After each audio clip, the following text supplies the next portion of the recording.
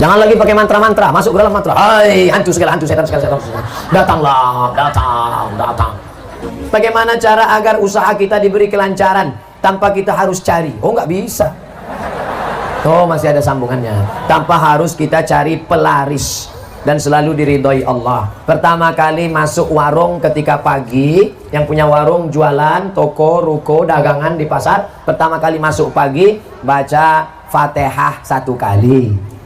Qul huwallah 3 kali, Qul a'udzu falaq sekali, Qul a'udzu binas sekali, ayat kursi sekali. Saya ulang lagi. Fatihah 1 kali, Qul huwallah 3 kali, Qul a'udzu falaq sekali, Qul a'udzu binas sekali, ayat kursi 1 kali. Waktu masuk pertama kali barang dagangan. Masuk bismillahirrahmanirrahim, Fatihah sampai habis. Bukan masuk Fatihah sekali, Qul huwallah 3 kali. Bukan itu maksudnya. Karena ada orang ketika mabuk, ini mabuk nih, dia pakai narkoba, mabuk, datang temannya, istighfar. Bukan itu. Kalau disuruh istighfar berarti astaghfirullah rabbal baraya, astaghfirullah minal khataya. Nah, itu baca yang 5 tadi. Itu Ustadz dapatnya dari mana? Kebetulan saya diminta oleh alumni dari para habaib waktu Habib Umar bin Hafiz datang tahun lalu di Hotel Crown. Saya pembawa acara Habib Jin dan penerjemah Habib Umar bin Hafiz yang beri materi di hadapan pengusaha-pengusaha. Ada pengusaha yang nanya, Habib, kami ini bisnismen, gimana supaya lancar? Nah, itulah disampaikan Habib Umar bin Hafiz lengkap dengan ijazah. Pertama kali masuk baca Fatihah, Qul huwallahu 3 kali, Qul falaq sekali, Qul binas sekali, ayat kursi 1 kali. Ijazah dari beliau. Jangan lagi pakai mantra-mantra, masuk ke dalam mantra. Hai, hantu segala, hantu setan segala, setan. Datanglah, datang. Orang yang menjual jiwanya kepada iblis sudah terjadi. Coba cari di internet artis-artis yang menjual jiwanya kepada setan. Pernah lihat? Banyak di antaranya yang menjual jiwanya kepada setan. David Copperfield menjual jiwanya. Ada MOU-nya, Memorandum of Understanding Between Me and Satan. Jangan minta kepada setan. Kita ini hamba Allah, bukan hamba setan. Jangan minta kepada dukun, jangan minta kepada, tapi mintalah doa kepada para habaib, kepada para tuan guru dan kepada para ulama. Mudah-mudahan kita mendapatkan keberkahan hidup dunia dan di akhirat. Bagaimana Allah Ta'ala menjamin rezeki? A'udzubillahi minasyaitonirrajim. Wa ma min dabbatin fil ardi illa 'ala Allahi rizquha. Semua yang melata di atas muka bumi Allah ini dijamin rezekinya. Semua yang melata, semua yang bergerak. Setelah diteliti oleh para ulama, dabbah artinya binatang. Selalu diterjemahkan dabbah, dabbatul ardi. Binatang yang berjalan di atas muka bumi ini dijamin Allah Ta'ala rezekinya. Kenapa disebutkan tentang binatang? Kenapa tidak disebut wa ma min insanin, wa ma min nasin? Tidak ada manusia yang tidak dijamin rezekinya. Digunakan kata yang paling rendah, paling hina, paling kotor, binatang. Kalau binatang saja dijamin rezekinya, apalagi yang mulia. Karamna bani Adam ala katsirin minal khalqi wa faddalnahum tafdila. Di antara semua makhluk ini manusia yang paling mulia. Khalaqnal insana fi ahsani taqwim. Dari bentuk susunan fisiknya paling sempurna, dari bentuk keseimbangan antara akal dengan nafsunya juga sempurna. Ada yang satu ini nafsu aja tak ada akal, binatang. Ada yang satu ini akal saja tak ada nafsu, malaikat. Makanya kalau ada teman kita nafsu aja tak ada akal, kita udah tahu dia sama geng mana. Maka paling sempurna bentuknya, keseimbangannya manusia. Tapi Allah tidak sebutkan manusialah yang kujamin rezekinya, tidak. Allah sebutkan yang paling hina. Kalau binatang yang kotor tidak berakal saja dijamin Allah rezekinya, apalagi manusia. Maka ada ungkapan pepatah orang Melayu, rezeki musang tidak akan dihabiskan harimau. Rezeki musang tak akan pindah ke mulut harimau. Secara fisik harimau lebih besar, secara fisik harimau lebih buas, lebih gagah, lebih tajam taringnya. Raja hutan, raja rimba. Musang biasa saja. Bahkan ada musang yang paling keren ya kopi luwak, karena itulah makanan dia. Tapi rezeki musang tidak akan mungkin dihabiskan harimau. Kalaulah gara-gara harimau musang itu tidak makan, maka sudah lamalah musang itu punah dan musnah, tidak ada lagi di permukaan bumi. Tapi sampai hari ini musang masih tetap ada dan harimau pun tetap ada. Begitu Allah Subhanahu wa taala menyediakan rezekinya. Binatang yang melatanya tidak pula di atas tanah. Justru dia unik. Kalau binatang yang lain kakinya di atas tanah, kepalanya, dia justru terbalik. Justru kaki dia yang ke atas, dia yang ke bawah. Bukan Spiderman, cicak. Makanannya pun luar biasa. Yang dia makan tidak melata tapi yang terbang, nyamuk. Bisa juga dia makan. Jadi kalau ada orang dikasih Allah Ta'ala tangan, kaki, kudrat, iradat, kemauan, kehendak, dikasih Allah Ta'ala akal sehat, badan sehat, segar bugar, tapi cemas dengan rezekinya, dia mestinya malu dengan cicak. Kemudian bagaimana Allah Subhanahu wa taala membagi rezeki itu? Lau tawakkaltum 'ala Allah haqqa tawakkulih. Kalau kamu bertawakal kepada Allah sebenar-benar tawakal, la razaqakum kama ruziqat thair. Kamu diberi Allah rezeki sebagaimana seekor burung mendapatkan rezeki. Bagaimana seekor burung mendapatkan rezeki? Taghdu khimasan wa taruhu bitanan. Terbang keluar sarang pada waktu pagi dalam keadaan perut kosong dan pulang dalam keadaan perut kenyang. Sampai hari ini belum ada burung yang tidak mau terbang karena khawatir dapat rezeki atau tidak. Burung merpati terbang tinggi, tahu dia di mana letak sarangnya dan pulang dia dalam keadaan perut kenyang. Padahal yang diberikan Allah kepada dia cuma dua, paruh dengan cakar kakinya. Dengan dua itu bisa dia makan. Uniknya burung-burung ini adalah makanannya berada di dalam air, dia di atas udara. Lalu kemudian dia hanya sebentar saja memantau, masuk dia ke dalam dan bisa diangkat kembali. Kalau tidak percaya pada isi ceramah saya ini, sering-sering nonton film yang isinya binatang aja. Tentang flora dan fauna, tentang hewan, tentang burung. Aneh dan uniknya, yang menyuruh kita untuk mempelajari binatang hewan ini adalah Allah SWT. Tapi yang mempertontonkan kita, kameramennya sampai berbulan-bulan di dalam hutan untuk menampilkan, hanya memperlihatkan seekor burung bisa menangkap seekor ikan, untuk memperlihatkan bagaimana Allah membagi rezeki kepada kita. Sesungguhnya di balik konten yang luar biasa ada kameramen yang sangat tersiksa. Jadi besar sekali jasa kameramen. Jadi nanti kalau beberapa hari ini akan keluar gambar Abdul Somad ceramah di Masjid Sunda Kelapa, sedang begini-begini, itu kameramen yang luar biasa. Ini kameramen insya Allah masuk surga sama kamera-kameranya sekalian. Saudara yang dimuliakan. Cuman kameramen kalau bisa matanya harus seimbang. Jadi jangan selamanya begini. Jadi sekali-sekali begini, sekali-sekali. Saya khawatir nanti setelah tua matanya begini. Selalu ada keseimbangan. Saudara yang dimuliakan Allah SWT, kamera itu pun juga adalah rezeki. Kenapa? Yuntafa'u bihi. Kapan kamera menjadi rezeki? Ketika dia bermanfaat. Kalau kamera hanya untuk mengambil gambar orang yang membuka aurat, maka itu bukan kamera rezeki, itu namanya kamera Sony. Itu namanya kamera laknat. Itu namanya kamera yang mendatangkan, bukan pada mereknya, bukan pada kameramennya, tapi apakah dia mendatangkan manfaat atau tidak. Begitu Allah SWT memberikan rezeki. Suatu ketika ada salah seorang dari wali-wali Allah. Setelah mendengar ceramah Ustadz bagaimana perjalanan Ustadz berdakwah, bagaimana perjuangan Ustadz, saya menganggap Ustadz salah seorang dari wali-wali Allah, kata jamaah. Mendengar itu saya, ente kok tahu? Saya ini wali murid. Kaedah kewalian, la ya'riful wali illal wali. Yang tahu bahwa itu wali adalah wali juga. Jadi kalau ada orang mengatakan, menurut saya Kiai Anu itu wali, berarti dia wali. Lalu siapa yang tahu bahwa dia wali? Kamu mengatakan Kiai itu wali? Iya. Terus yang ngangkat kamu jadi wali siapa? Saya sendiri, kata dia. Ini namanya buceri, bule ngecat rambut sendiri. Karena dia klaim saja ada seorang wali Allah. Seorang wali Allah ini berjalan, dalam perjalanan panjangnya dia melihat ada seorang wali Allah juga yang duduk di gurun pasir hanya berzikir. Lalu wali yang berjalan bertanya kepada wali yang duduk, kamu kenapa duduk dari tadi tidak cari rezeki? Kata wali yang duduk, apa kau tidak tahu firman Allah, wa ma min dabbatin fil ardi illa 'ala Allahi rizquha. Semua makhluk yang melata di atas muka bumi Allah, rezekinya sudah dijamin Allah. Percaya kau pada ayat ini? Percaya, aku wali Allah. Kalau percaya kepada ayat bahwa rezeki dijamin Allah, untuk apa lagi kita cari rezeki?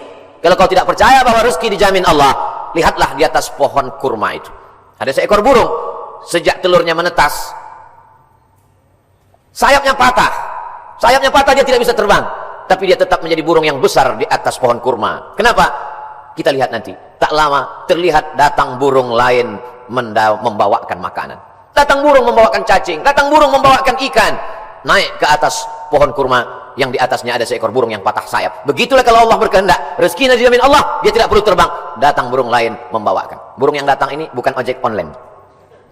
Burung lain datang membawakan tanpa perintah manusia. Allah memerintahkan hatinya. Oh, begitu. Ya. Lalu apa kata wali Allah yang berdiri kepada wali Allah yang duduk? Kenapa kau tidak amalkan sunnah al-yadul ulya khairum minal yadis sufla? Kenapa engkau tidak memilih menjadi burung yang mendatangkan cacing dan ikan? Kenapa justru memilih menjadi burung yang duduk menunggu makanan datang? Mendengar itu wali Allah yang duduk itu tegak berdiri dan dia mengatakan, kalau begitu aku lebih memilih ingin menjadi burung yang membawakan makanan, karena mengikut sunnah Rasulullah SAW. Al-yadul ulya khairum minal yadis sufla. Tangan di atas yang memberi lebih mulia daripada yang menerima. Artinya apa? Dengan rezeki, mencari rezeki, punya rezeki bermanfaat, maka orang itu lebih tinggi derajatnya daripada beriman, yakin, tapi hanya menanti menunggu. Makanya dalam Islam diajarkan al-mu'minul qawiyyu, seorang mukmin yang kuat kuat fisiknya, kuat otaknya, kuat ilmunya, kuat finansialnya, kuat duitnya, khairun, dia lebih baik di hadapan Allah. Wa ahabbu ilallah, lebih dicintai Allah minal mu'minid dhaif, daripada mukmin yang lemah. Wali Allah kalau menerima hadis mudah dia menerima. Nih contohnya wali Allah, begitu menerima hadis langsung dia terima, dia langsung tegak berdiri. Jadi kalau ada hari ini orang yang diyakini sebagai wali Allah tapi bertentangan dengan sunnah Rasulullah, maka sesungguhnya bukan wali Allah. Jadi wali apa? Wali setan. Suatu ketika ada seorang wali Allah membawa murid-muridnya untuk menemui seseorang yang dikatakan wali Allah. Diceritakan dalam kitab Ar-Risalah Al-Qushairiyah, Imam Abdul Qasim Al-Qushairi. Murid-murid, kita mau ketemu dengan seorang wali Allah. Di mana Tuan Guru? Di masjid. Dia tidak pernah keluar masjid, dia dalam masjid. Ya. Sampai di dalam masjid, bertemu dengan wali Allah, bersalaman. Tiba-tiba orang yang dikatakan wali Allah itu, maaf, meludah dalam masjid. Lalu kemudian saat itu juga sang guru berkata, mari kita tinggalkan orang ini bukan wali Allah. Kenapa Tuan Guru? Dia banyak karomahnya, dia mulia. Karena dia meludah dalam masjid. Perbuatannya bertentangan dengan syariat, bertentangan dengan sunnah Rasulullah SAW. Karena bumi yang paling mulia adalah masjid, meludah dalam masjid adalah menghinakan masjid, maka perbuatannya sudah menjatuhkan kedudukan dirinya di hadapan Allah karena bertentangan dengan sunnah Rasulullah SAW. Jadi mudah saja standar hidup ini, ikuti saja sesuai dengan ketentuan yang dibawa oleh syariat Nabi Muhammad SAW. Termasuk dalam hal mencari rezeki ini. Kalau dia ikuti sunnah Rasulullah dengan cara yang halal, maka itu berarti dia adalah termasuk umat Muhammad SAW. Dia kaya Pak Ustadz, mobilnya mewah, mahal, rumahnya megah, hebat, tapi tidak pernah keluar rumah cari rezeki. Jangan-jangan punya babi ngepet, jangan-jangan tuyulnya 3 kontainer. Nahnu nakumu bizawahir, kita menghukum orang itu dengan melihat zahirnya. Yang tahu batinnya hanya Allah Subhanahu wa taala. Wallahu yatawallas sarair. Ini pembahasan tentang rezeki. Lalu kemudian hubungannya dengan pandemi. Pandemi artinya wabah penyakit yang menyerang serentak pada satu masa di beberapa negeri. Itu arti pandemi menurut Kamus Besar Bahasa Indonesia. Jangan pandemi, kata orang pandemi juga kata kita. Pas ditanya orang apa itu pandemi, ya masih sejenis demi-demi juga lah. Bahasa Arabnya wabah. Maka doa ulama, Allahumma dafa'anal wabah, angkatlah wabah. Bahasa Arabnya wabah. Sampai ke Indonesia ujungnya hamzah berubah jadi ha, wabah. Banyak sekali kata-kata serapan bahasa Arab begitu sampai ke kita berubah. Wabah jadi wabah. Zahir lawannya batin. Telapak tangan ini batin, ini zahir. Kenapa ini disebut batin? Karena tertutup. Kenapa ini disebut zahir? Karena terlihat. Oh kalau gitu ini bisa juga disebut batin tertutup Pak Ustaz? Enggak, karena yang bisa tertutup cuma ini. Siapa yang bisa menutup ke sini? Enggak bisa. Maka ini disebut batin. Zahiruha wa batinuha, zahir dan batin. Sampai ke Indonesia berubah. Mohon maaf, lahir dan batin. Tidak apa-apa, kita teruskan saja kekeliruan itu. Karena sudah menjadi umum. Ada nama kamus bahasa Arab khotok sya'i, khotok salah, sya'i tapi populer. Ternyata kalau salah tapi populer, diteruskan saja kesalahan itu. Nah, kembali kepada pandemi, wabah. Wabah ini bukan sesuatu yang baru. Ada kota namanya Yathrib. Yathrib itu artinya kota yang banyak wabah penyakit. Nabi selalu merubah nama yang tidak baik kepada nama yang baik. Kamu mau kemana? Saya mau ke kampung wabah. Namanya saja sudah membuat kita memberikan efek negatif. Nama Abdul Somad, tempat tanggal lahir wabah COVID-19. Maka memberikan efek yang tidak baik. Maka Nabi merubah nama yang tidak baik. Yathrib dirubah Nabi namanya menjadi Al-Madinah Al-Munawwarah, kota peradaban yang terang benderang. Kenapa terang benderang? Ketika Nabi datang ke sana, maka terang benderanglah hati mereka, terang benderang pikiran mereka, terang benderang kota Madinah. Mereka sambut dengan Tola'al Badru alaina. Badru artinya bulan purnama yang terang benderang. Kalau bulan itu bulat, namanya Badar. Kalau bulannya masih sabit, namanya Hilal. Yang selalu dicari-cari orang, Hilal. Hati-hati kalau ibu punya suami Hilal. Saudara yang dimuliakan Allah Subhanahu wa taala. Maka pandemi, wabah menyebar sudah terjadi sejak lama. Makanya dalam hadis dikatakan al-mat'unu syahid. Orang yang meninggal karena wabah ta'un, wabah penyakit, pandemi, maka dia mati syahid. Saudara kita, sahabat kita, kawan kita, tetangga kita, satu sekolah dengan kita, meninggal dunia. Berikan kabar gembira kepada istrinya kalau suaminya meninggal. Sabar Pak, dia meninggal sebagai seorang syahid. Wala taqulu liman yuqtalu fi sabilillahi amwat. Jangan kau katakan orang yang mati syahid itu mati. Bal ahya, mereka hidup. Tapi mereka meninggalnya ketika mau Idul Fitri, Pak Ustaz, bajunya sudah dibeli. Ada yang lebih sayang kepada dia daripada kita. Kita tidak tahu entah apa amal dia sehingga Allah memilih dia untuk berhari raya bersama para malaikat, bersama Allah Subhanahu wa taala. maka mendengar cerita kita itu lapang dadanya. Kata-kata kita mestilah menjadi setawar sedingin, menawarkan hati yang luka, mendinginkan hati yang panas dari ucapan kata-kata yang menyejukkan. Kalau kita tidak bisa menenangkan orang dengan materi, maka tenangkanlah dengan kata-kata. Rezeki di masa pandemi berkurang. Berapa banyak pegawai, pekerja perusahaan yang di PHK, dirumahkan, kolaps perusahaan, bisnis. Bahkan ada seorang bisnismen yang cerita ke saya, Ustaz Somad, semua bisnis buatan manusia hancur roboh diterjang badai pandemi COVID-19. Yang bisa bertahan adalah yang buatan Allah Subhanahu wa taala. Tanaman kelapa sawit, harga karet, kelapa bertahan. Bisnis yang diciptakan, dibuat manusia, dikreasikan manusia, tumbang Pak Ustaz. Tapi orang beriman tidak pernah berputus asa. Kenapa? Karena dia melihat, memandang itu sebagai hakikat yang datang dari Allah Subhanahu wa taala. Dia berpikir cerdas. Dulu ketika rezeki saya lancar, bisnis saya sampai tidak sempat ke masjid Ustaz, sampai tidak sempat ikut pengajian.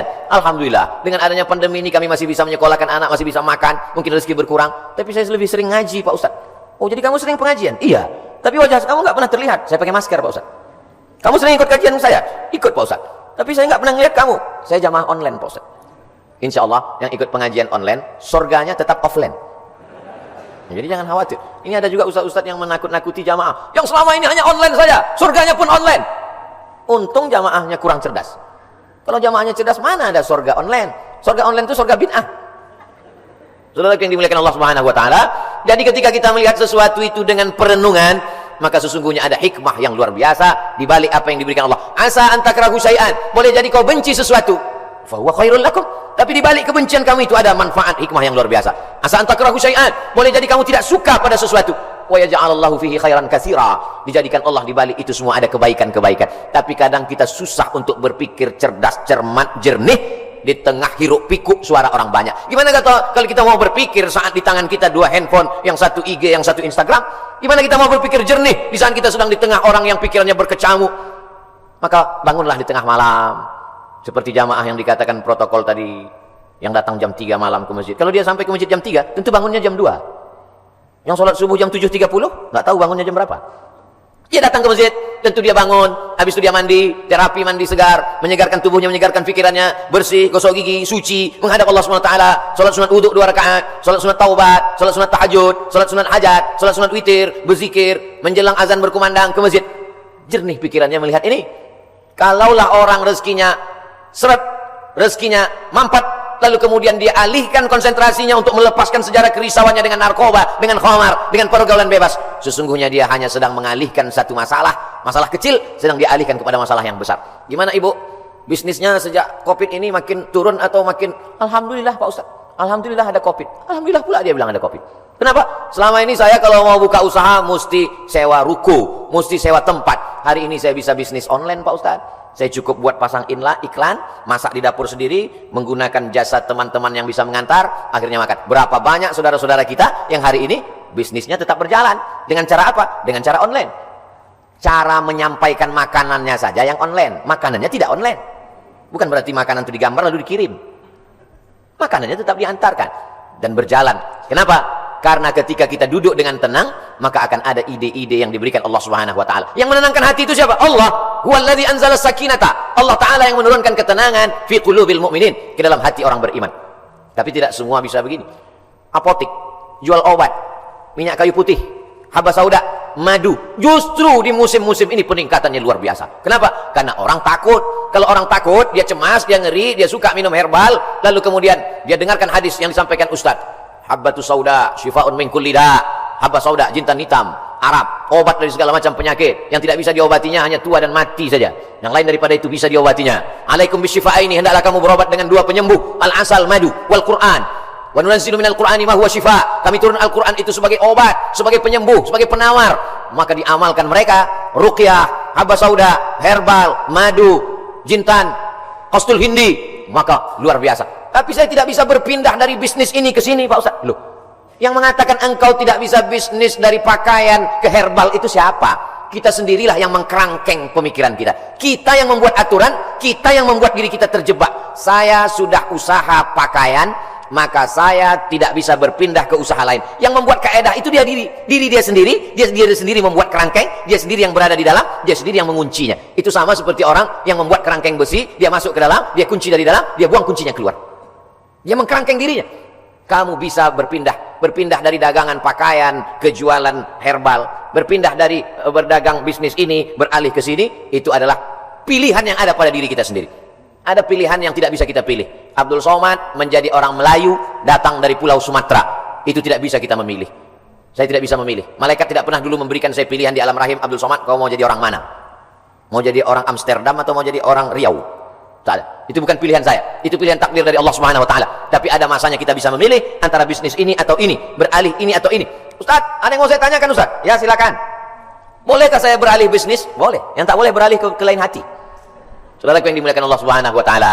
Jadi, bagaimana tiba-tiba pikiran kita menjadi sempit sampai tidak nampak solusi? Bagaimana tiba-tiba hati kita ini menjadi beku sampai semuanya terasa menyulitkan, menyusahkan kita? Maka Allah Subhanahu wa taala memberikan kita kelapangan.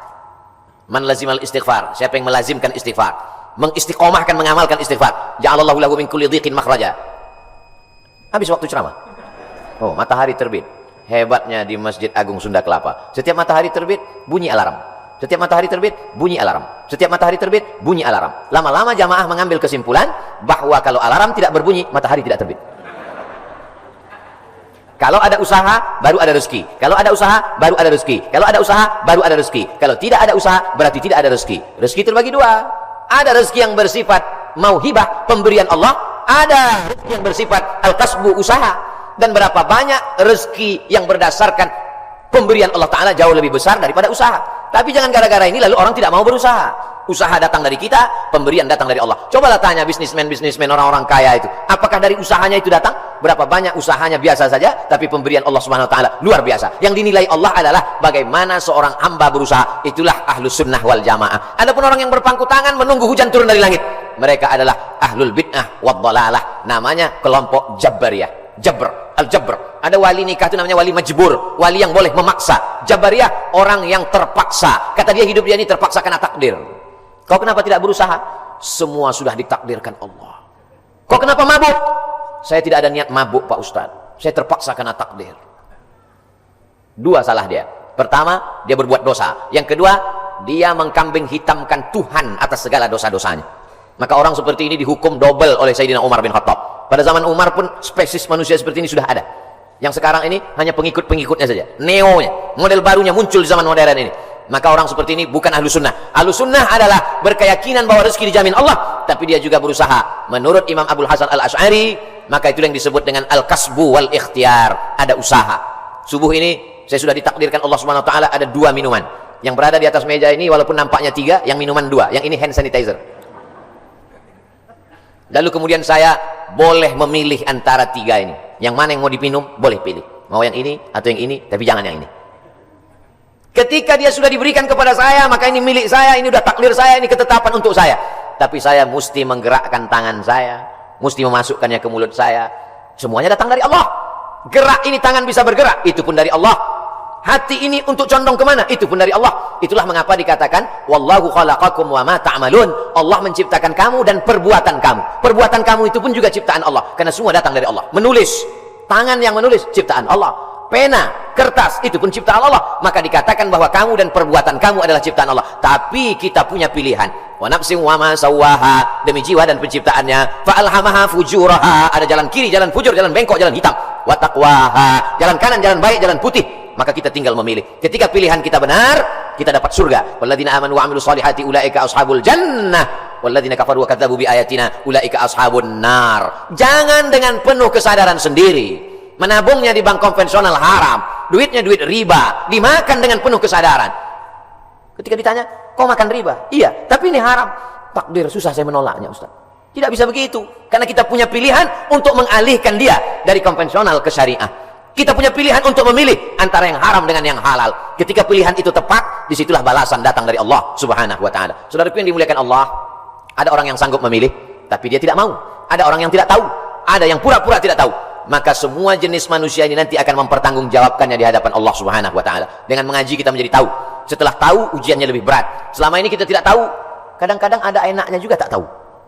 Ada mahasiswa lama, ada mahasiswa baru. Mahasiswa lama dengan mahasiswa baru duduk di tempat yang sama mau daftar ulang di awal tahun ajaran. Tiba-tiba turun seseorang lewat. Mahasiswa lama lari pontang-panting. Mahasiswa baru nyantai sambil duduk merokok, ngelihat cuek aja. Memangnya yang lewat itu siapa? Rektor. Kenapa mahasiswa lama lari pontang-panting? Dia kenal, dia tahu. Kenapa mahasiswa baru cuek saja seperti tak ada masalah? Karena tidak tahu. Makanya banyak orang sekarang tidak mau tahu dengan agama. Kenapa? Karena kalau saya tahu nanti jadi takut. Padahal takut itulah yang dipesankan oleh khotib di atas mimbar. Takutlah kepada Allah. Itulah yang kita tanamkan selama Ramadan 30 hari. 30 malam. Malamnya qiyam, siangnya siam. Akhir daripada target puasa itu adalah la'allakum tattaqun. Takut. Salat, tegak, ruku, sujud, subuh, zuhur, asar, maghrib, isya, tahajud, witir, doa, qabliyah, ba'diyah. Apa yang ingin dicapai? Inna salata tanha 'anil fahsya wal munkar. Kajian subuh, kajian kita ini. Apa target visi misi dari kajian ini? Kajian ini supaya takut kepada Allah. Jangan sampai makan haram. Jangan gara-gara pandemi ini lalu kita kemudian berubah keyakinan. Makanya pesan Nabi, qul amantu billah. Berilah aku pesan ya Rasulullah. Kalau sudah aku terima pesan yang singkat padat ini, aku tidak akan bertanya lagi kepada siapapun. Katanya, amantu billah. Katakan aku beriman kepada Allah. Tsumma istaqim, istiqamah. Istiqamah. Sebelum pandemi istiqamah. Berusaha dengan rezeki yang halal. Setelah pandemi pun juga istiqamah. Mudah-mudahan kajian ini membuat kita tetap istiqamah, tetap kuat iman dan Islam. Kita sampaikan kepada sahabat jamaah semuanya bagaimana menghadapi pandemi tetap dengan rezeki yang